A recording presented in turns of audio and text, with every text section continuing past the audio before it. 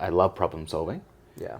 And there's not a whole lot of problems to solve with email newsletters. It's pretty clear what you need to do. Like, write one good ad, let it run, set up, upscribe. A little pop-up comes up from Web3 Daily and says, we also read these 3, and we get paid. That's a free subscriber for us.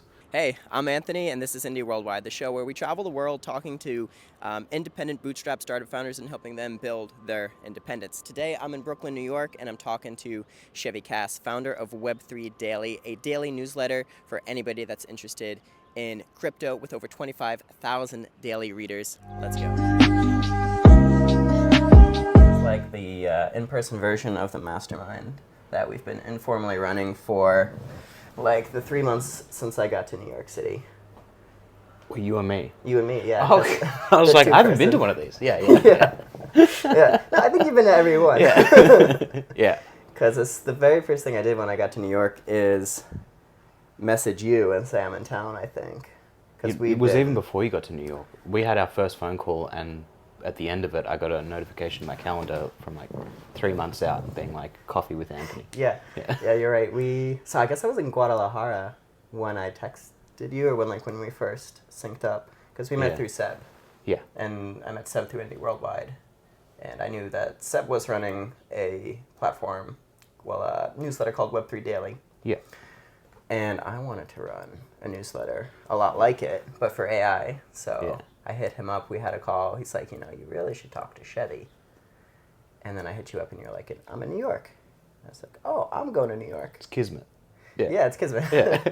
And so I put a calendar invite for like a month in advance. But then once I got here, you're like, hey, come to my co-working space. Yeah. And I've been up your ass this whole time. It's been really good. It's been like, it's pushed me to kind of get my shit together with, I kind of put a lot of the problems we were facing on the back burner, because there are like ways around it that are a little more expensive, and I was like, But then seeing you kind of kill it with your CPA, I was like, we should be doing that. Yeah, so my newsletter now is Body Brain. Yeah. When I got to New York, I think it had about 1,000 subscribers. Your newsletter is Web3 Daily. Yeah. About cryptocurrency and Web3 and distributed technology. Yeah. Now I'm at 15,000, and I think you're at 25. Yeah. So catching up. Yeah, fast too. But the formats are very, very similar, because we both publish daily newsletters. Yeah. The way we produce our newsletters is pretty different, because it's you and Seb, and then I've got like a small team now of writers. Yes. Yeah. But the way we monetize is very similar. And also ads, the way we've grown, very similar. The growth, both on the subscriber side and revenue side, has been similar in that you introduced me to passion fruit. Yes. Which is... And you taught me how to do Facebook ads. Yeah. There's plenty of YouTube videos that can teach you how to do that. Well, none of them can write the ad for you. And you wrote the only ad I've found so far that actually converts well. That's the beauty of... That's what I really like about doing newsletters is... Because previously I was in like fashion retail. Yeah. So copywriting isn't as important. Like the copy is the image. Mm-hmm. You can tell... convey way much more information. Here's a shirt. You should buy it. Yeah. Do you like this shirt? Do you like this? Does it align Here's with the how you see yourself? Great. Click that button. Convincing someone to sign up to a newsletter it's all in the writing. So it's like, I really love copywriting. So it was like a really exciting opportunity to just do like really janky notes-based ads. And it's like one of the last bastions of like proper Facebook level optimization, because people sign up on the lead form that's built into Instagram, which means Instagram can track everything, versus with iOS 14 they were blocked from tracking any Apple device IDs, which meant there's this black hole when people went onto a website. Did they add to cart? Did they purchase? You no longer really knew. So it's all about staying on platform, and that's why you saw shopping. Instagram really pushed for people to start like buying stuff without leaving Instagram, like shopping on an Instagram page. Didn't really take off. With the lead forms, it's been there forever. People are quite used to it. It's 2 or 3 clicks, their email will autofill. So I remember being like, I heard someone talking about acquiring readers for $7 per subscriber. I was like, Jesus, is that what we have to look forward to? And I think they might have just hit so much scale that there's only What was this newsletter? I think it was Sam Parr at The Hustle. I can't remember. okay. I listened to a lot of podcasts, but I'm pretty sure it was him. Because they I were could be in the misquoting. millions of subs, weren't they? Or did they not get that big? Yeah, I think they sold at like 1.5 million subs. That's a lot. And now they're up around 2 to 3. Because if my CPA, if the cost for me to get a new subscriber goes above $2, then I panic. Yeah, I used to do the same, to be fair. I had this like cat and mouse game with Facebook because they don't like the keywords Web3 or crypto. Mm-hmm. And we kept having these issues where it would... there are a lot of like cleanliness practices that I could have stuck to better, Mm-hmm. like responding to comments in the on your ads, Right. which like for me I was just like, people are just being like subscribed. And there's only so many times you can be like, cool, really I should have been, but if you just post an ad, leave it there for ages, don't really tweak it, Facebook's like, they get wary about it. Because I did a lot of research into like, why do my ads keep getting blocked? The main reason was because of the Web3 and crypto alignment, but there's a lot of just basic stuff that was outside of... They don't put that anywhere in like their guidance of like you should be replying to comments on your ads. I don't think so. I mean, like that. I think, again, these are all trial and error kind of hearsay tests that people have done, but I think it harkens back to, we want active accounts. They look at... it's a bit scammy if you just kind of post something and leave it. I think a lot of... because they align that with, let's say you're drop shipping and you don't have too many comments, or you do have because you blocked them all. Or on the other side, you go, all right, well, Facebook doesn't like when I block, so I'll let them go and I just will ignore them. People being like, I want my money back. Yeah, there's this thing of like, and I get it, like at a certain scale, which Facebook is, 3 billion users across all of its platforms. Yeah. You have to generalize. A lot of those comments are pretty unhinged. Yeah. I've noticed. Like on Facebook. Like, on Facebook or Instagram? On Facebook in particular. Like people responding to the ads they'll just talk about any old thing. It's nuts. It's Sometimes a very completely unrelated. They just... Yeah. They're kind of crazy. And I guess that's got to be a cohort of the readers as well, like people that interact with Facebook ads. Yeah, I noticed we were getting a lot of older readers from Facebook. Yeah. Which we initially when we started, it's like clean slate. You can kind of make assumptions being like, I think our tone will align with people like 25 to 34. I don't know. I don't really care as long as people are enjoying the content. So we just cast a really wide net, and strangely enough, it was more so like 30 to 55 where we... Yeah, it was broad. On Facebook too. I think that's just like because that's who's active on Facebook nowadays. I mean, sorry, when I say... You mean like across Instagram or whatever placement you're doing. I mean, even Instagram though is starting to skew older. Yeah, it's an interesting landscape now, as far as like, because pre-2020 it was just like, who is going to come along and knock Facebook off their perch? Yeah. And it's not like TikTok did, but it's like the first time I was like, oh, this is a real alternative. You could quite easily build a business on TikTok. Whereas like Snapchat was always good for like supplementary stuff. Like, yeah, it's a higher cost per acquisition, but cool. People still buy t-shirts or whatever on Snapchat. If you were to take Facebook away and it was just Snapchat, you'd have to get, pretty creative or be selling to a very young crowd. Yeah. Versus now it's kind of like you got YouTube Shorts, TikTok, Instagram, Snapchat, Reddit has... I'm talking about like vertical scrolling video. All, like you don't click it, we'll just figure it out for you. Format. Yeah. I heard something, I think I was listening to Mr. Beast being interviewed, and he was like, it's the first time ever where you can have one format and it'll work across everything.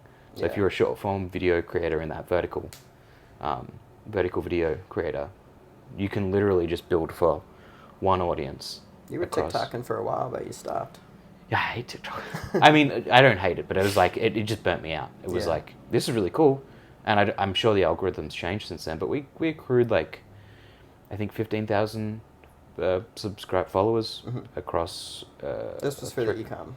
3 months. This was for educational stuff that we were doing Okay. beforehand, and it was just one of those things where it was like we're in between because we would produce these like courses with people that we did one with a fashion influencer that was such a good course. It was like just a poorly aligned. He walked you through how to like essentially build a brand and get brand deals as a public figure, but his audience follow him for fashion tips, not how to become an influencer. Yeah. But yeah, as we were building that, there was a lot of like this weird cadence where it was like, okay, well, we can't run marketing for something it isn't produced yet. So in the meantime, I was like, all right, well, I'll just start our TikTok account and see how many followers we can get. Because then when we're ready to launch, we have a pipeline. Yeah. Yeah. And we did some advertising on it too. The scary thing about TikTok was it was post iOS 14, so you can't track anyone's behavior on websites. Every click was tracked on TikTok. I don't know how they got around Apple's without getting booted from there. Yeah. And it might have changed since then, but I remember being like, I was looking at the adds to cart and like our customer journey on Google Analytics and on our website, and then verifying them against it on TikTok and being like, it's picking up 98% of them. Like it was just a little bit off. Whereas Facebook and Instagram was just like... Are they keeping you inside of like the TikTok mobile browser? Is that what's going on? Yeah, but I mean, so does Instagram. Yeah. Yeah. That you can't use that as a Gotcha. workaround. So they must have been doing something there. Is Yeah. that, do you know if that's still the case? I'm not sure. They might have just... There was this weird like API connection that you could do. At that point, I knew even less about APIs than I do now. Yeah. But it was just like, just paste this code here and just shut up and let us do it. Yeah. Shopify had a bunch of apps that would allow you to do it. I found, the attribution was still off. And like, at a certain point, you just need to like, I don't care if it's exact. It can be wrong. It just needs to be consistently wrong. And TikTok was a little wrong, but it was consistently wrong. Whereas Instagram didn't know what it was doing. Yeah. But TikTok didn't have much of anything to do with Web3 Daily. Oh, nothing. Right? No, that's an old account. We still haven't used it. I mean, I was doing mostly like marketing stuff on there, as in like, here's how to write good copy. Here's so we probably could transition it into like blockchain and crypto, but one, it's probably more efficient just to pay for someone to go to our landing page, make money back on Upscribe. Yeah. Like it's a treadmill. It's a hamster wheel. A flywheel, maybe. No, as in or like they treadmill of creating content for TikTok. Yeah. With, I think I've been reflecting on it a lot. Where it was just like, it'd be great if that amount of effort, because it was quite low effort, it was just a grind every day. But you could pump out 2 to 3 pieces of content. If you had the idea, you talk to camera for 30 seconds and you're done. Like I'd script it. I have terrible memory, but I could like fumble through it. The parasocial relationship that it creates isn't as strong as, YouTube or podcasts are like the holy grail. And I mean, I've heard people say email too. I think podcasts is just way more intimate. The weird thing I heard recently was Tim Ferriss said if he had to give up everything and keep one channel, he'd keep his email list. Yeah, for sure. Over his podcast. Yeah, I mean, it's really hard to put like a call to action in the podcast, I think, That's true. Like an email is a really direct way to actually sell something to your audience. Yeah. And people will kind of go back through your emails if they're really good. I just don't like reading, which is ironic. Yeah, because I write. for somebody that writes. I think it's probably because you're writing every single day that you're not as interested in reading. I mean, even before that, used up that part of your brain already. Like I mean, and that's why we kind of go to the nth degree to try and have a really distinct tone and be like casual and make as many jokes as possible. Like I only ever liked ones that were kind of like, here's entertainment and you're going to learn something. If it's like a how-to or like a kind of technical breakdown or something, I want to go to YouTube. Right. So I can hit 2 times speed They Yeah, that can makes run me sense. through it. They can be visuals at the same time. But that's just me. But I think I keep coming back to this thing of like,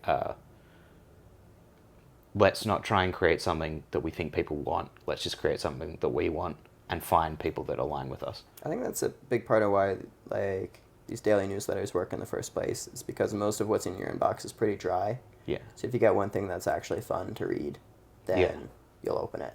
Yeah. You'll probably prioritize it over maybe even the email from your boss that's gonna put a new task on your plate. Yeah. Yeah. I would like to dial up the parasocial relationship a bit more. Well, not even parasocial. I would like a community where we get to interact. I mean, podcasts are very one-sided. But it's more so a thing of like, okay, there's a lot of things you want to do. You can do anything, just not everything, is the thing that I keep reminding myself. I keep trying to do everything. Yeah. I really want to do everything. Yeah. It's a tough one to get around because it's like, if you find something you're excited about, and there's all these different facets to it that you could explore and could be really valuable, I mean, we're at the point where we're like, let's keep the team small. Let's just like bootstrap and grow. So I keep going like, yep, when we have team members, we can, or like... Well, you could probably start getting team members now. I mean, we already have team members, but as in like, let's just find someone that's just doing podcasts or just doing writing and we'll do the podcast, or, all these little, I just want to be able to follow my curiosity, and for it to be, the discussion that we were having is like, if we're just going to do cool shit for the point of doing cool shit, we just have to talk about it. Turn it into content. So that's the excuse we're finding now, like the ChatGPT bot that we created, which, again, it's one of those things where it's like they're a dime a dozen now and they're so easy to make, having made one. But when it just kind of first came out, and what's the... ChatGPT was like early Hugging this Face? year. Hugging Face? Hugging Face? Yeah. Like, I learned about that in a day from a YouTube tutorial. Oh, yeah. Copied their code, asked ChatGPT to alter it to, fulfill certain parameters. Yeah, Hugging Face is a community of like AI developers. Yeah. So it's kind of a mix of Jupyter Notebooks with like Reddit somehow, just all about AI. And there's a social aspect to it too, right? Because you can post it publicly or you can make it private. I found it really fascinating. And because I don't know what I'm doing it, instead of taking like 20 minutes, it took me 3 weekends to get my head around it. So there's a long way of saying like just those time sinks that exist. It's like having a newsletter makes you go, okay, well, as long as I talk about it and like our audience goes, I don't know why you did that, but that's cool. Like, I'm glad you did it. I feel like that's the value of things like a YouTube channel and a personal newsletter as well. It's because you can like make anything that you're doing pay back over time. Yeah. Because it will help you build this audience around this sort of behavior. So I've been, this week I kind of reinvested into my personal newsletter. I took the Indie Worldwide list and I copied it over to my personal to kind of separate. Because before I was kind of using Indie Worldwide for both. How many newsletters are you running? 3 now, I guess. So you need to calm down. The Indie Worldwide list is the one I've had for the longest time. It's about like 4,000-ish readers now. And it's been a mix of like, hey, here's what I'm working on, here's what's going on in the community. Yeah. But since doing Bodied Brain, I've learned a lot about growing a niche newsletter. And I want to apply that to Indie Worldwide. And I don't think the personal stuff fits anymore. And there's also experiments I want to try that don't really fit. So I forked it. Just kind of copied over the subscribers from Indie Worldwide, said like, hey, here's what I'm doing. If you don't want to read it, like, click here, opt out. But everybody seemed really excited, actually, to get more of that, like, behind-the-scenes kind of stuff. And I want to use that as my, like, experimental space of, like, I'm just going to try some random shit. So I came here yesterday for the screen test, right, to, like, test out my new equipment for the first time. And, test. But I made you, like, wait for 20 minutes while I bought a domain, howwillidie.com. Just one W, but shared between How and Will. And then right after, I went and built howwillidie.com. Okay, the context is helping me understand. Because when you walked in today, I was like, I was cool, walking over, I was, like, thinking about projects I could do that are, like, data-centric. Yeah. And then my mind went to like actuarial tables, so the statistics that tell you your likelihood of dying from based on like your age and your lifestyle and things like that. It's like what insurance uses to write you a life insurance policy. Yeah. And I was thinking, that's interesting. I wonder if anybody owns howwillidie.com, because if they don't, I'm going to buy it. And the one that's spelled correctly, somebody is squatting, but the one that is missing a W was free, so I bought that one. And then I was going to build a... Have you looked for howilldie.com? No, I got to check that one next before I release this podcast. Yeah. So nobody snipes me. Yeah, but the original idea was like build like a viral quiz kind of thing that people can put their information in to, and it'll tell them how they're most likely to die, and then give some cool statistics. Maybe something that would work well on like our data is beautiful on Reddit, or internet is beautiful, or something like that. Yeah. Write some beautiful copy for it. Yeah, but I only had 1 hour, so I made a joke website instead, or at least for now. I'm gonna die from caring too much. Yeah, I think I'm dying for spare parts. All it does is pick a random cause of death every time you refresh the page. How many options are there? There's 100, but my little sister was very excited about the idea and is going to send me maybe 100 more. Cool. See, I like that. I mean, I like it just... I was interested in it when you said it yesterday, and then today when we were talking about it, I was like, yeah, what is the direction? The context helps. There is no direction, but, you know... No, but those sort of things are super shareable. Like, even now, where it's like, what is it, like a form on Facebook? No, it's just like a standalone website. I want to be able to just like have ideas, make them quickly, and like launch them. Yeah. And then maybe follow through later if there's actually interest. Those publications where you know the person, you know they go to cool stuff like robot YouTube or like maker YouTube. Mm-hmm. Simone Yetch, who's the kid with the glasses that makes like insane Michael robots? Reeves. Yeah, Michael Reeves. Like, I feel the same way about when I watch their stuff. It's like I don't want to make any of this. I just like watching you. Yeah, just fun to watch them tinker. Yeah, let your freak flag fly, and doing like highly technical stuff that is just juxtaposed against like the stupidity of it all is like, I don't know, it hooks me, and I think that sort of stuff is. Yeah, so I want to do more like that, but I was like, oh, I need a space for it. So personal newsletter, I'll probably also start uploading to like my personal YouTube or something as well. Would be cool. Just have some space for random wild shit that all it does is kind of feed people back into the like Anthony brand, and then if I, actually accidentally stumble on a good idea every now and then I have a platform to promote it. So at what point do you get spread too thin? And second... Oh, right away, before I even start. Yeah. I'm already spread too thin. Yeah. I'm trying to find ways to get more time and energy. So finding more time and energy for what? Because like the other thing, this is something I've been battling with because I'm a tinkerer. Yeah. So I was like, I used to build and scale e-com sites, but my whole thing was I just wanted to buy my time back and to be geographically free. Yeah.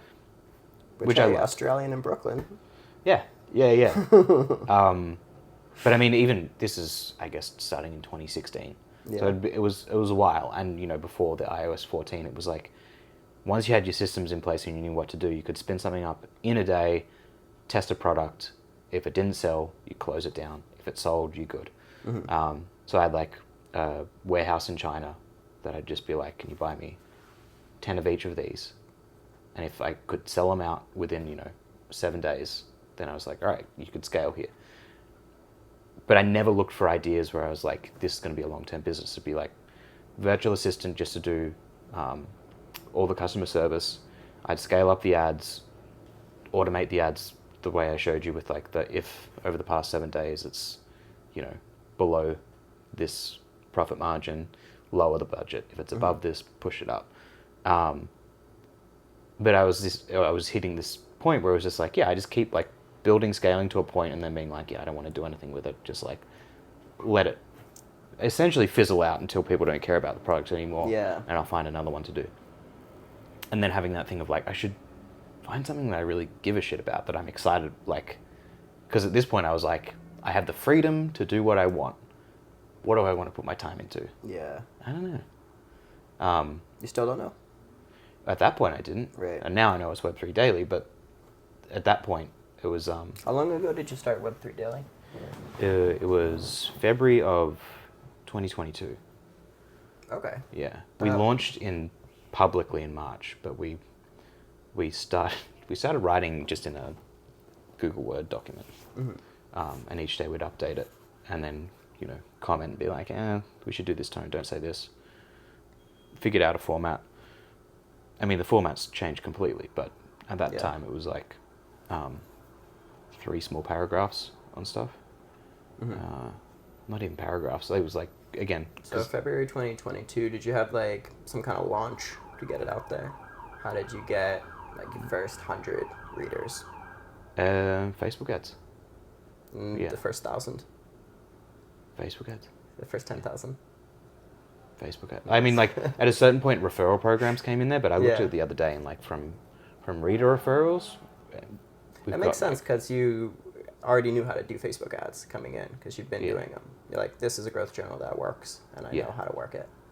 And there's a lot of stuff, like one-off stuff that you can try out. Like, I spoke to someone who used to work at Morning Brew, and they were like, yeah, we tried out a bunch of different giveaway formats, and it was like, maybe it was just because we were like so focused on college kids initially, but you could do pretty much anything and it would kind of work, but like the golden thing was MacBooks.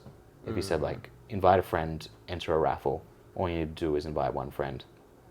The more friends you invite, though, the more raffle tickets you get. Yeah. That did a lot of stuff. So we tried that sort of stuff out. We gave away $1,000 worth of Bitcoin. And it's like, it worked, but not like... I was like, if this works well enough, I would happily just like literally make it a running thing. Once every month, on the first Monday of every month, everyone knows that $1,000 worth of Bitcoin goes up, so invite your friends. Yeah. Or, a MacBook goes up for grabs. We tried AirPods. But yeah, at the end of it, it was just like, everything's so cheap on Facebook. It's like, you may as well... Just give the money to Facebook. Yeah. I feel like it comes down to alignment, too, on those giveaways. Like, are people there... People are there to get the free thing, not to read your newsletter. So there's no incentive to stick around once the raffle drawing is done. Yeah, exactly. So there has to be some kind of alignment where, like, if you're giving away crypto and it's a crypto newsletter, there's a little bit of a relationship there, but it'd be better if it was like, oh, we're going to give away free access to the community, and that was very enticing. Yeah. Then that's like a really motivated reader. Yeah. Yeah. Talking to you about like your best channels as far as engagement is something that I would like, because ConvertKit doesn't give you, like, it won't be like, this person came from, or this cohort of people came from Facebook and they open at this rate. Mm-hmm. It's just not an option. But I was saying this to Seb the other day. I love problem solving. Yeah. And there's not a whole lot of problems to solve with email newsletters. It's like, in a really good way, in that it's like, it's pretty clear what you need to do. Like, write one good ad, put it on Facebook, let it run, set up Upscribe through Spark Loop, so you're offsetting. So for every person that clicks on your ad on Facebook, they put their email in on your website, a little pop-up comes up from Web3 Daily and says, we also read these 3, and we get paid for referring any that they also click.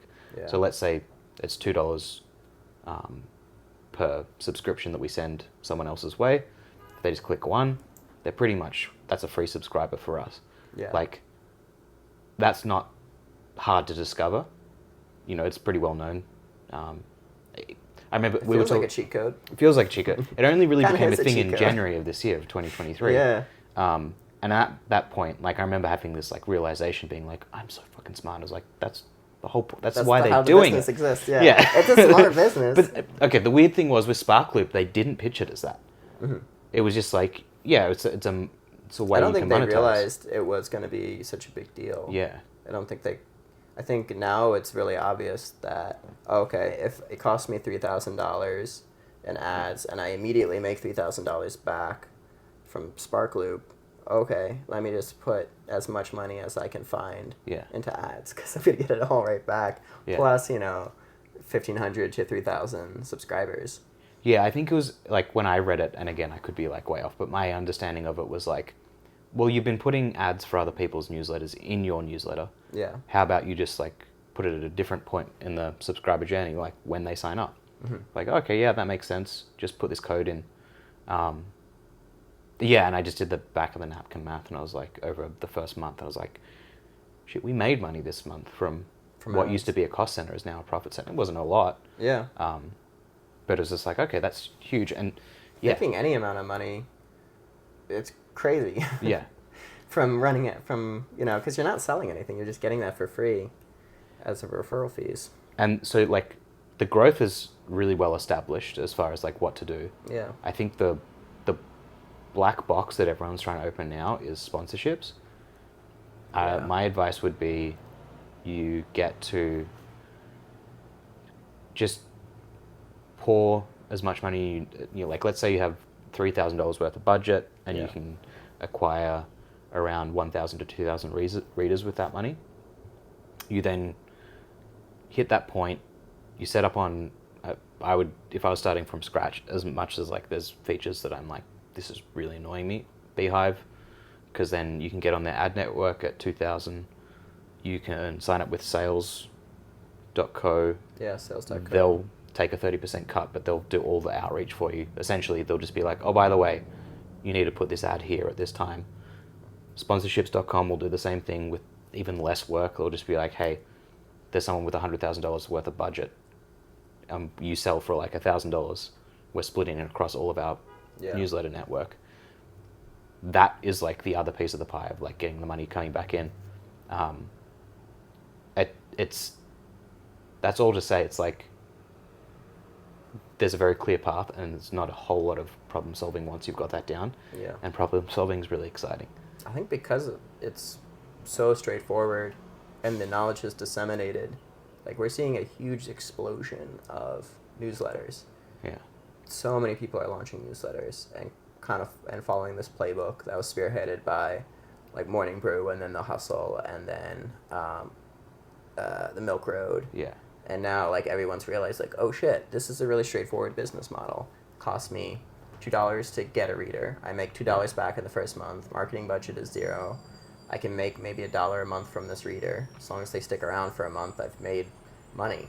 Yeah, and you can also, like, there's even more dots to connect now, being like, okay, that's cool, so you can make money from it, but what's it worth as a business? Like, can you exit from this? It's like, coming from e-com, it's like, you can, but it's like, it's 1 times revenue, will be like, which will be like 3 to 5 times profit. Yeah. So you can grind it out and kind of like take a 1 year's worth of paycheck and then leave. The difference with newsletters is like the data you can start correlating is Morning Brew sold for 70 million, 75. They sold a majority share in their business for that to Business Insider, I believe. Blockworks, a crypto newsletter and news site, just raised at a $100 million valuation. Dang. With, I think, 250,000 subs. So it's crazy. Like, it's one of the few audiences you can really sell. Like, email are kind of a commodity. You can combine lists pretty easily. Like, I feel like people are pretty receptive to being like, hey, Bodied Brain and some competing AI newsletter are now one entity, and like we were kind of similar before, and now we're exactly the same. Yeah. And like everybody's probably gonna still open those emails. Yeah. But they can't do that really with the YouTube channel. Like somebody's face is on that channel, and it's really hard to like introduce new personalities. Yeah, and you kind of like, there's way less platform risk. Yeah. With email, there is like, you got to keep in good graces with ISPs, but you're not playing cat and mouse games with algorithms so much. You're just trying to keep like a healthy list, make sure that people who don't want your email don't get it, and like write good content, and that's kind of it. It's got to be one of the most straightforward online businesses that exist. And you kind of protected through, like email is the original online decentralized platform. Yeah. In that, if you mess around on YouTube and you get booted, okay, that's on you. But on the flip side, YouTube could just be like, we're updating our terms and conditions, and for what, like some nebulous reason, Yeah. that affects you, and your earnings are cut in half overnight. Gmail, also owned by Google, surprise, surprise, they can't pull that shit, because it's like if they do something that pushes the needle too far, like, in favor of them and not the user, then the user will be like, cool, I'll go to Outlook, I'll go to any of your competitors that are all on the same network, and I can take my domain, I can take, web3daily.co and plug it into another one. That threat of, well, not threat, but like the decentralization keeps a higher level of honesty and like a lower level of fuckery as far as that's concerned. So if you build a list the same way you would build a subscriber base on YouTube, one's way more protected. Like podcasting is probably the only equivalent where it's also distributed own network, but much poorer data, much harder to convert like attention into action, and much harder to sell because again it's like a particular voice that somebody gets used to. And to grow a podcast, you end up just growing an email newsletter anyway. I've never heard someone go like, and I listen to a lot of podcasts that will kind of give you the peek behind the curtain. I've never heard someone be like, yeah, this is how to grow a podcast. It's just like, yeah, we just kind of throw a bunch of shit at the wall. It's really, really hard. The only way I've seen people blow up is if they're already friends with a bunch of podcasters and go on all of their podcasts and then they get referred, or if they're already famous and they're like, hey, million YouTube subscribers, I now have a podcast, and they'll instantly have, their 10% most dedicated fans listening to them. They have a newsletter. They're like, hey, do you want this in audio form? Yeah, right. And they might just write their full newsletter, and then they might record a podcast, turn that into a newsletter, and then include the link to listen to it in the newsletter. That's maybe the only really repeatable strategy.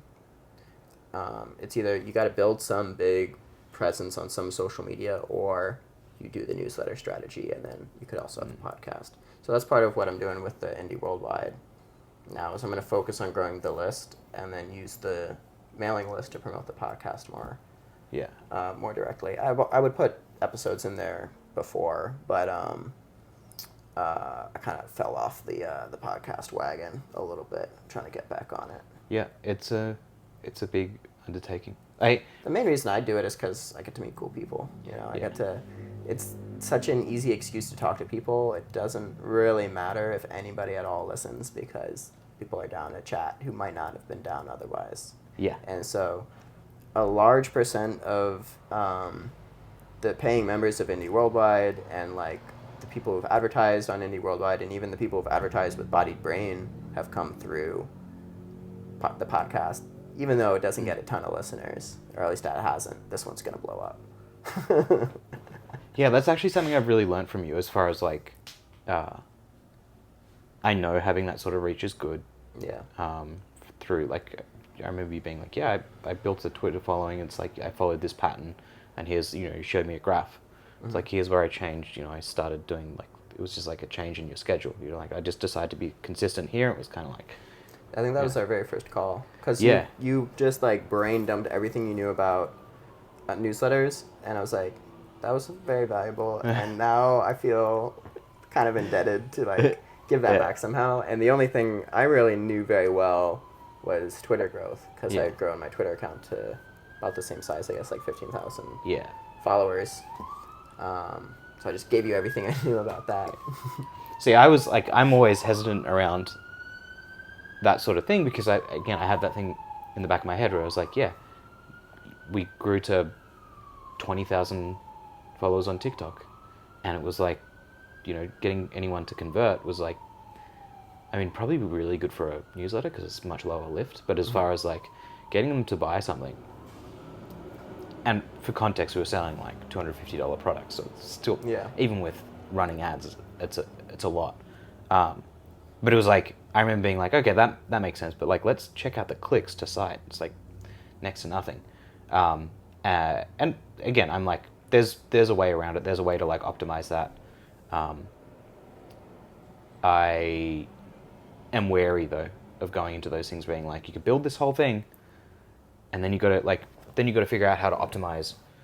Is that where you're best putting your focus? Again, because I like to tinker and like grind, and you can never really step away from Yeah. any of the social media. Like, unless you start from the very beginning with a format that you're not really a part of, you know? Yeah. Like, the YouTube channels making the most money are the ones where you never see a creator's face. Yeah.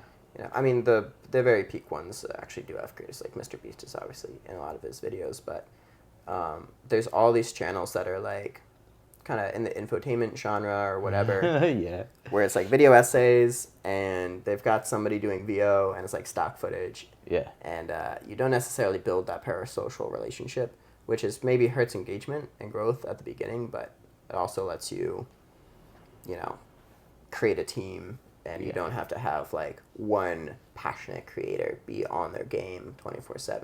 Like, this is basically what BuzzFeed was doing like 5-10 years ago, right? Yeah. Where they had all these YouTube channels that were like highly produced, like very formulaic, and BuzzFeed Unsolved that then became they bought the rights to it. Or like Yeah. then like in the middle there's like creators doing formats. So you got like Try Guys, which also came out like BuzzFeed, right? Where it's like, okay, these are faces. BuzzFeed too. Yeah, like a lot of I know Unsolved. I watched Guys. a thing about how the Unsolved presenters then bought the rights to the name, and they do the Unsolved channel now. I think Try Guys did something similar, or they just like, I think the other thing is they just leave BuzzFeed, and then because they've become a face, they can take their audience with them. Yeah. Which is part of why I think the model ended up kind of crumbling a little bit, because they'd have to you have to make those creators partners because of the parasocial relationship that gets formed. Like, they kind of hold. It's like Taylor Swift re-recording her masters. Yeah. You know, because people follow the creator, the face, if there is one. And she was really smart in that she wasn't, like, Taylor's version sounds like Taylor's original version. Mm-hmm. So it's like, you're really just being like, do you want to help me out? How about you listen to the exact same song as far as you can tell? Like, super fans will be like, oh yeah, the intonation there might be different, but it's like, and you're helping me out a ton. Fascinating. I love that. I listened to the Acquired breakdown on it. I was like, I had no idea. I thought she just recorded a few singles, but she's done entire re-recordings of albums. Yeah. The undertaking would be massive. I mean, it'd be like, you would be a step ahead because you have something to reference. Be like, I know exactly where I need to get to. Well, you're a music producer, so you understand. It's wild. I'm going to argue against myself here and say, like, we are now in a point in time, because you can kind of cut and paste all of your content across all of these platforms. Mm-hmm. If you were to create an email and podcast, you can kind of go, all right, well, email, I can then reconstitute any of the written content into, I mean, I guess it's just Twitter. You could do Reddit, but as far as like written platforms, cool, low lift there. Then as far as podcasting goes, if you just do a video podcast, you get your systems in place, so you're like, I know what I need to be able to put this into vertical. I know what cameras are required. This isn't going to look janky if I zoom in and trim. Mm-hmm. And then you can kind of we're already seeing it, but take all of those clips and put them across so many different platforms that it is like the growth engine alone is... I call it, like, in my head, this is the Gary Vee strategy, where you, like, make a piece of content, and then it's like you got to reuse it in a bajillion places. I feel like it's oversold a little bit, because, yes, you can do that, but if the content isn't itself really good, it's not worth it. So I think Gary went for, like, volume. Because if you look... But he also found a format that people really engaged with. Where he's like, I'm going to be this bombastic, fast talker who, like, calls people out on their shit and, like, shows how easy it is to, like, make an extra $100. And he just kept doing that over and over again. He found a format he could repeat, and he knew that he would get engagement. But if you're... I'm talking more about, like, regardless of what you're saying, I would say, like, create really one single piece of, like, really good content. If it's written, email. If it's spoken, video, podcast. Well, that's the thing. Start with a really good piece of content. See, mediocre content, like this technique of splitting stuff up won't save mediocre content. It'll enhance really good content. Yeah. And As like, in, help it take off. you take those like sugary 60-second bits and you put them onto Reels. Yeah. The algorithm and those discovery engines are like, you don't need to follow it. That's something that didn't exist until TikTok came along, and it's really powerful. And because it's so powerful, everyone's copied it. So you can get those viewers and those subscribers and those eyeballs way easier than it used to be. The Gary Vee approach, I would say like, don't or at least like optimize it, because I remember looking and being like, shit, he's got like 4 million subs and he's doing like, maybe he was in a lull or something, but it was like 40,000 views, 60,000. It was like rare to see him crack 100,000 views. Yeah. So I was like, it was just it's just quantity. this volume thing. And with Gary, it's like, he's so fucking distractible as far like, if there's one conversation happening, he'll just be like all over the place, where it's like, you can look at him and be like, you obviously know what you're doing, but you're not great at communicating just because you're like grabbed by every idea, He's that high energy guy. You take someone like Tim Ferriss, and you can find those like golden nuggets of like insight in those conversations really frequently. Yeah. But Tim doesn't do video, and it's like, I think he's kind of like, I actually listened to him recently. He was like, yeah, I don't want to, because I'm very happy with my level of fame. In fact, I would like to turn it down a little bit. So as far as like growing, I don't need that. I would prefer to have like a small, highly engaged, highly trusted audience than a large one. Yeah. And even if they were trusted, then like my visibility is like, I would prefer to turn it down if otherwise. There's definitely a sweet spot where like you get access to things. You can talk to who you want to talk to, but you're not being like bothered all the time. Yeah. Out and about.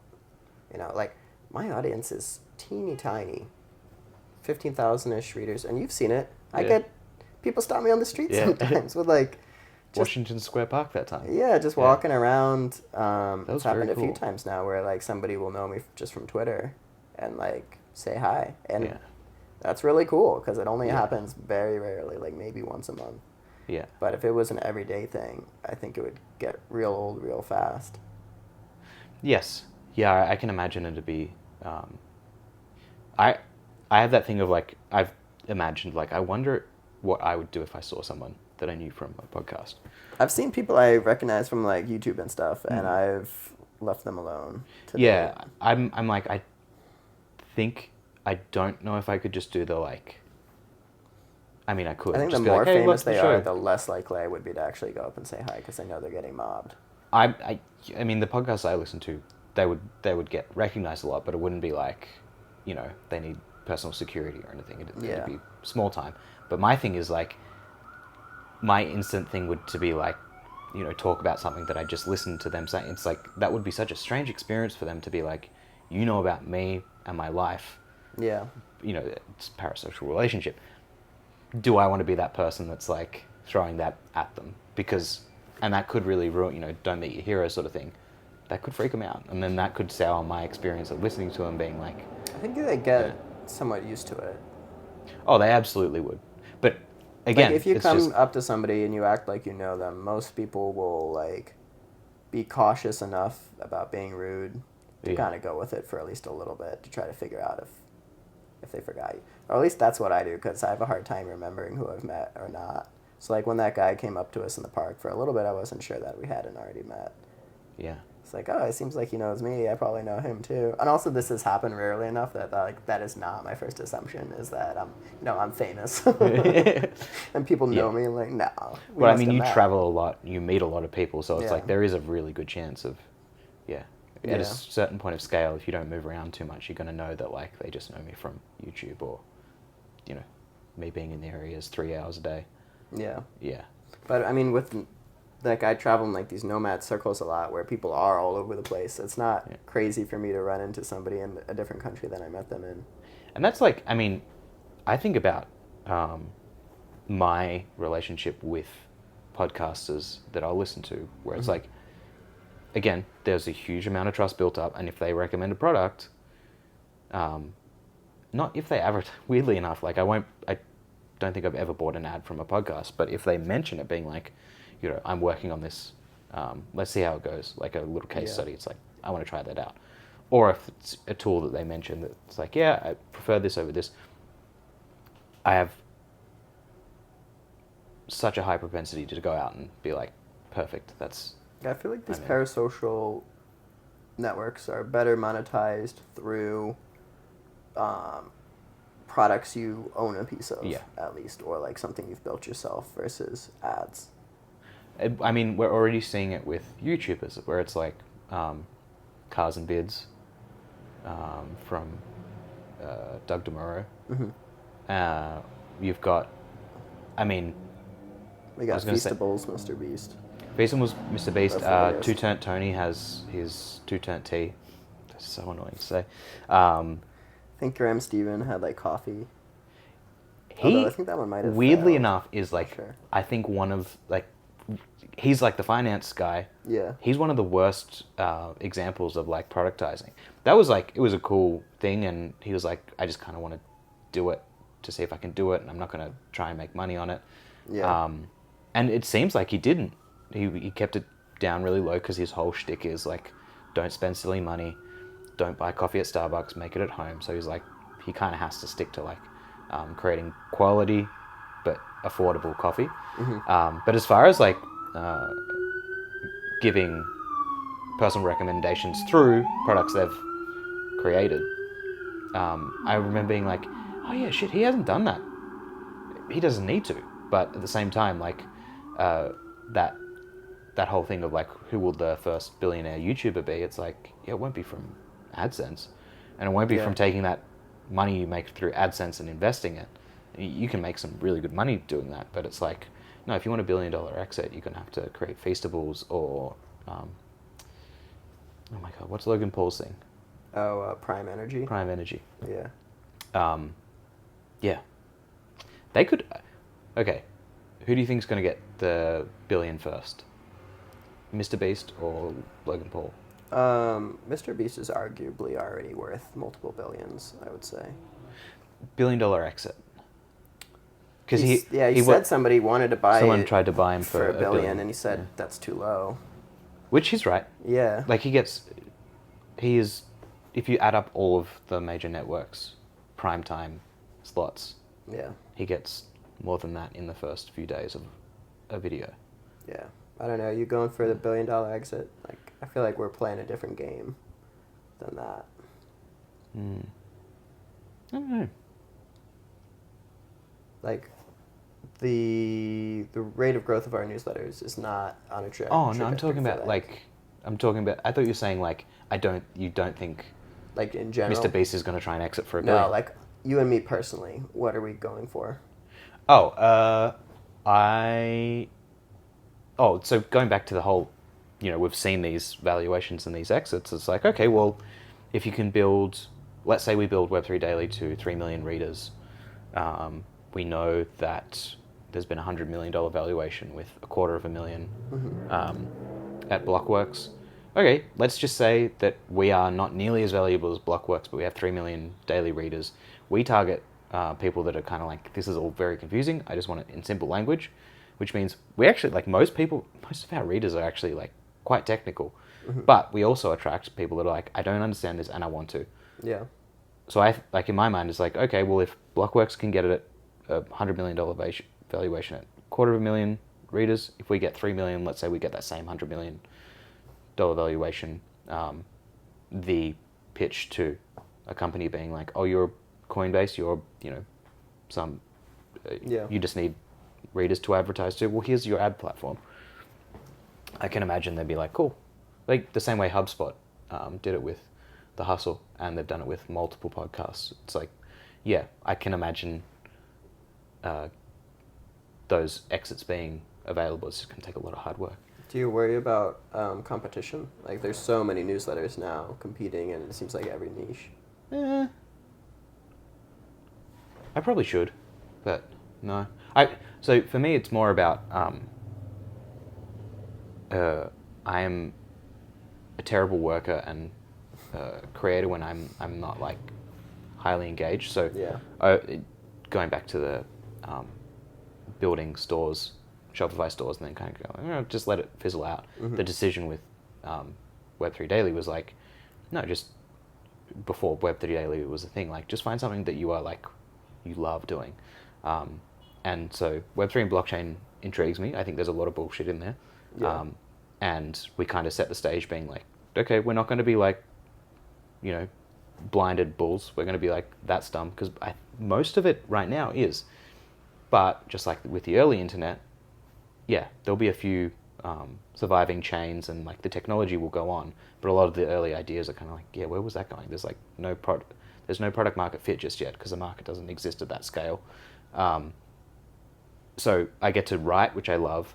I get to be opinionated and objective with, our readers are kind of like, I think if you want completely unbiased crypto news, we're probably not, like, we're not the place to go, but at the same time, we'll make calls that are wrong, and then we'll be like, all right, so we were wrong about this. Kind of like reviews, you just want somebody whose opinion is kind of consistent.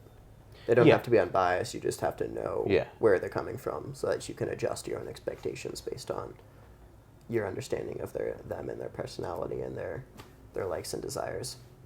Yeah. I think people would sooner say we're dumb rather than we're wrong. They'll be like, oh, okay, you haven't done, I think you're missing like this point.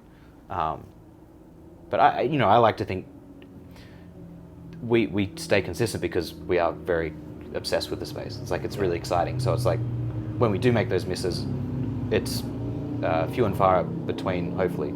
Have you thought about trying to like combine with other related newsletters, like do some kind of roll up? No, not until you just said it. I'm trying to like keep focus of like just make one really good piece of content every day. Yeah. Automate the profit center, automate the growth center, which we're getting there now. So all I have to do is make interesting content. Right now it's just based around news. Yeah. Once we kind of have our monetization and subscriber growth kind of just, we don't even have to look at it. We check on it once a week, once a month. Yeah. Then do experiments where it's like I can just say to Seb, like, is it cool if I, just don't respond to you for the next week, and I'll do... Go work on this. Yeah, because, there was one time where, I did this over a few weekends, Mm-hmm. but I actually had to stop at a certain point. We made a little video game for Web3 Daily. I just followed a tutorial and then, like, did all the graphic design for it and subbed it in. Mm-hmm.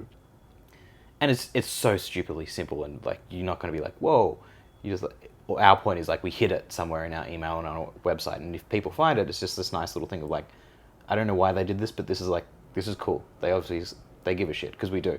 I had to stop though, because I was like, oh, okay, so now I understand this game engine just a little bit. I wonder what I could do, and I just felt that time suck coming in, being like, what if I wrote a story? What if I designed these characters? What if I wonder if I could, like, figure out how to, like, integrate blockchain into this. And then I was just like, okay, this is it's the so vortex. easy to get, like, nerd snipe yourself, basically. Yeah. You find some interesting problem and you just want to go work on it, and it's irrelevant. Like, that's the other thing, too, with newsletters is, there's, like, a ton of competition, but also everybody in the world has an email address, more or less, everyone that's online, because you need it to sign up for almost any other service, so you create an email. So the addressable market is everybody, in terms of, like, who reads email, if it's a broad enough email. And the economics work out so that as long as you make more money from the readers than it costs you to get them, it doesn't really matter what everybody else is doing. You just keep doing that and keep trying to do that more and more. As far as, like, that's the other thing too, is, like, someone reading another newsletter doesn't mean they're not going to read ours. Yeah. Like, we can coexist. So my thinking is, like, as long as it's like kind of having multiple friends. If someone's just a total bore, okay, yeah, maybe you don't want to hang out with them. If you're exciting and entertaining in a different way to someone else, but you kind of, like, are in the same niche, it's like, okay. Yeah. Well, I'll have two friends then. You need to make sure your own content is unmissable. Yeah. Yeah. But doesn't matter if they're subscribed to other newsletters as well. No, like when you say roll up, I hadn't for me, considered that. Would you that'd do be that? cool because you'd get a bigger audience, right? Especially, it depends. Like if they're trying to exit their newsletter, you might be able to acquire them at a rate competitive to what you would spend Yeah. to get the readers through some other means. But you could pay a premium for them because you already know that they're like relevant and you already know what the click rates are and all that. So you could pay a little bit extra. And then if they are still invested in the business, then you could do it as an equity thing instead, where like now you have combined forces, you both own like a smaller share of a bigger pie, but maybe they unlock a new growth channel for you Yeah. that you didn't have, or now you can combine forces in terms of the writing and the content, and you can now reach like bigger sponsors because you can just like. But I found like the CPM that you get for ads, right? So like your price per 1,000 readers or whatever, it doesn't scale linearly though with the number of readers. So like if you double the size of the readers, you don't necessarily double the amount that you make per ad because there's only so many people at each price point who can afford the ads in the first place. And as you doing like bigger and bigger media buys, the like CPM seems to come down farther and farther. Yes. There's this weird. You're the type of person to do it too, like graph it out, where there is like this different thing at play. My understanding of it is like we're at 25,000 readers now, so it's like we have a long way to go to really get the data we need. But we noticed that there was this thing of like from the moment we had like 500 subs, I think Seb was like, yeah, I'm just gonna like start asking people, just being like, do you want to advertise with us? And like every now and again we'd have people say yes, and it was stupidly cheap. Yeah. And then when we got to like, we're like, all right, 10,000 readers, that's impressive, right? We feel like we've worked hard to get there. There was this thing of like the big guys with huge budgets don't want to touch you because they don't have the time. Yeah. Because they have $1 million to spend on marketing this quarter, and for them to be like, yes, we'll pay $500 for like, I don't want small. to spend my time writing the They don't invoice. want to do a deal smaller than like $1,000 or $5,000 Yeah. or like $20,000. They want to do it all at once with a single publication or outlet that has 50,000, 100,000 The way readers like or more. And the thing that made it click for me was like I'm making that marketing manager's job harder because their job is to spend that $1 million. Yeah. If they don't spend that $1 million, the higher ups are going to be like, oh, okay, so we can save on. Yeah. On They need to marketing spend the money. So they need to spend it. So you're making it harder by being like, well, how about you buy, if they were to go and target people with 10,000 readers, they'd have to do 10 times the work when they could just go to someone with 100,000 readers.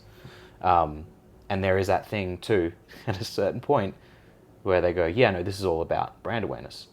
Yeah. And the CPMs and the click-throughs, Kind of irrelevant. send us the data, but like at the end of the day, we just need to get this money spent. And I think I can't wait for that moment. Because you see it in like, there'll be like... Yeah, so that's the value of the roll-up, right? Is it gets you to over that hump where you're no longer competing for like performance-based money. You're instead going at this like brand awareness money. Oh, it'd it'd like be... a much bigger pie. With the right fit, it'd be a great decision. I think this is what sponsorships.com is trying to pull off. Yeah, they're they're acquiring buying newsletters and they've got these big relationships and they've got a network. Yeah. And so they're trying to like put those all together so that the marketing manager can say, hey, here's $1 million, like you go figure it out. This is what Beehive's trying to do with their ad network, Yeah. the ConvertKit creator network, and like Passion Fruit. Basically anybody that's trying to be a player in the newsletter space is trying to like create this market where they can kind of automate that $1 million ad spend and funnel it down into all these like micro creators who can't manage those relationships directly. So I think anyone that's in our positions needs to make a decision whether they're like, I mean, you can kind of like, you will straddle the line no matter what you do, but making the decision that we're talking about is like combining. Are you just looking for more eyeballs so that you can then sell that space? Or do you want more eyeballs and greater brand value? Yeah. Because that brand value, let's say you become a premium brand in the AI space, and as it grows, other companies are like, how about I don't advertise with you and I just buy you? The multiple that brand value will add to your valuation is massive. But if if you just like, look, I'm just trying to get eyeballs, and then if someone comes and, you know, like sponsorships.com, they're like, well, we just need higher CPMs. It's cool that you have a good brand, but we're not going to give you $100 million for Web3 Daily with 3 million readers. That 3 million is actually going to be, you know, brand gives you that arbitrage to be like, well, you know, like, you know, same way where I'm like, a podcaster tells me to jump and I say hi, how high, because I have this like parasocial relationship. I think that for them it's probably like personal brand. With newsletters, it's the newsletters brand of like, how much do I trust these people. Yeah, it seems like there's a few ways to really have a big payday with newsletter audiences. Like, you either get massive scale, so you can work with big brands directly, or you vertically integrate, right? You create some product that really aligns with the audience, and then you just focus on getting people to sign up for that, or you get bought out. Ooh, again, that's one of those things where I'm like, yeah, I would love to create products for our audience. Yeah. There can be a mutually beneficial relationship too, where if the product itself is just inherently interesting, people will find you via the product directly sometimes. Yeah. And there's like, that thing of building something within a community is really exciting. The idea of being like, here's this like dog shit wireframe of a product, just tear it to shreds, but tell us what you like and what you want to see it's more. It's a huge advantage if you have 20,000 people paying attention to the process of you making a thing. They're much more invested in your success than you're coming in from like from a like a trust and marketing thing. That's a great angle. For me, I'm kind of like, I just want to hang out with my friends and do hood rat shit. Like the thing that really pulls me is like, I get to build something with people, and they can critique me, and like, but I also get to learn how to build a product like that.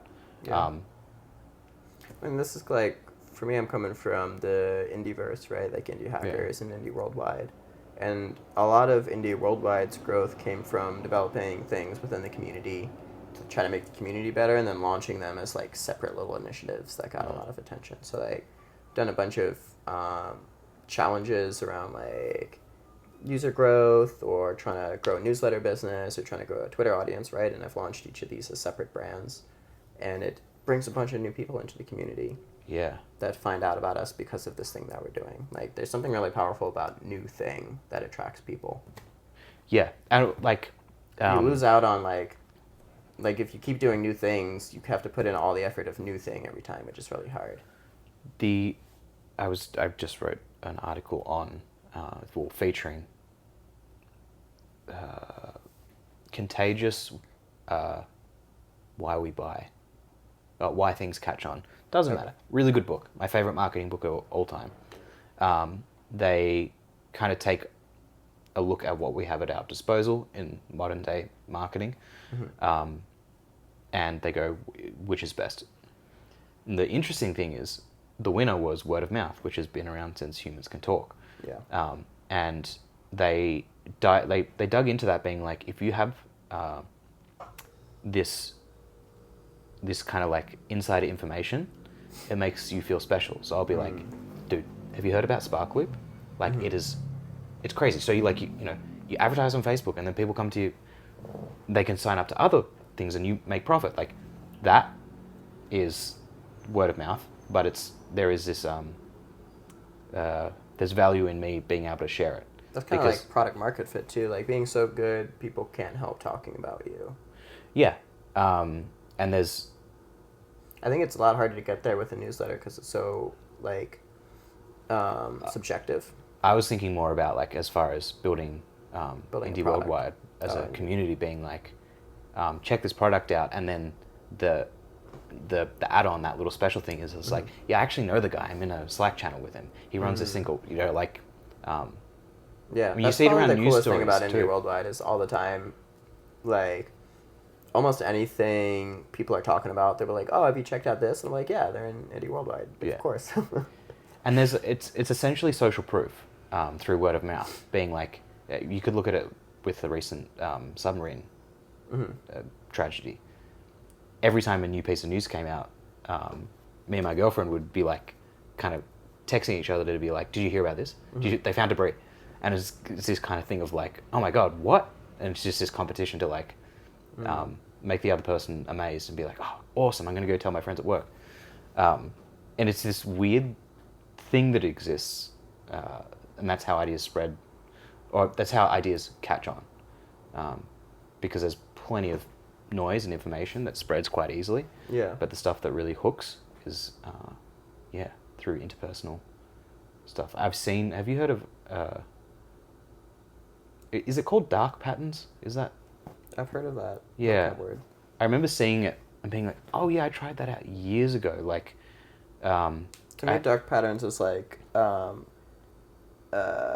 UX patterns that are anti-user. So things like okay. having to click a little button that says opt out instead of. Okay, no, wrong then. I think it was dark advertising. Okay. I had a buddy that was starting a store, and he's a researcher. And he came to me and he was like, have you tried this, this, and this? And I was like, no, this is awesome. What's this? It was dark something. Let's just call it dark advertising. And he's like, okay, so most of high value sharing happens, it's online, but it's not trackable. So it'll be like, if I send you a text message being like, have you checked out this product? Yeah. Because there's obviously trust because we have each other's numbers. We're texting each other about products. There's obviously a relationship there and some trust. So if I say this is a good product, you're going to trust it a whole lot. So how do you track those relationships? How do I, as a business, if you get sent a link over iMessage, how do I retarget you? So what they started doing was they'd put this HTML, I don't know what it was coded in. You put some code into your Shopify theme, and it would, like, let's say you went to anthony.com, and that's your landing page. It would always add a unique identifying code onto that session of every URL. So for every session that was created, the URL had a unique identifier that would travel across iMessage, across email, across everything. And then you'd just let it run for 6 months, and then until you had a web of, I think, 30,000 connections. It was nuts. The amount of... Did this time out or did it die? Maybe it got too hot. There we go. Yeah, there was this wealth of information. It was kind of creepy that it was something that was allowed to... I mean, I'm sure people still do it. Yeah. Quick pause while I check if I'm not late to my next thing already, because we've been jamming. Oh, shit, we have been. Yeah, I gotta get to Manhattan, so... To recap, Chevy Cassar, Yeah. Web3 Daily, 25,000 readers, trying to get to 3 million, sell Yeah. it for 100 million to Yeah. Coinbase specifically. Yeah, sure, why not? Mostly grown through Facebook ads. Yeah. Seems to still be working, especially using Spark Loop to kind of create a flywheel effect. Yeah. Trying to automate your growth, sounds like really automate your sales, get more people to buy ads so that you can build a small team and then free up more of your energy for everything else that you want to do. Yeah. You should put most of your energy into automating sales because that's the harder one. You should be able to find everything you need to automate subscriber growth online through Facebook and Instagram ads, maybe some Google ads. Get Upscribe. If you're using Beehive, use their version of Upscribe on top of Spark Loop's Upscribe. Yeah. You're golden. I think sponsorships are hard. This is why I'm decided to put more effort again into like meeting up with as many startup founders as I can, because like those relationships lead to sponsorships either directly or indirectly, but it's usually a pretty clear correlation between how many people do I talk to that like run businesses and are trying to grow them, and how many people buy ads and like join my community. Yeah. And so just like going hard on that. Really interested to see how sponsorships.com works out, and sales.co, if they can help move inventory, that'd be great. Because that's kind of the missing piece, I would say. Anyone that can offer to solve it to, and then non-exclusive, meaning they're cool if other people are reaching out on your behalf. Do it. There you go. Yeah. So if you're trying to start a sales business, just target newsletter owners and like, I feel like there's a lot of room to compete still. Yeah, I've discovered those two through you in the past 2 weeks. Yeah. Seriously. Yeah. And I've been tearing my hair out being like, why isn't there a solution? Like a turnkey, just, we have the space, you just sell it and take 30%. Yeah, finally someone did it. Makes sense. All right, dude, thank you. Bye.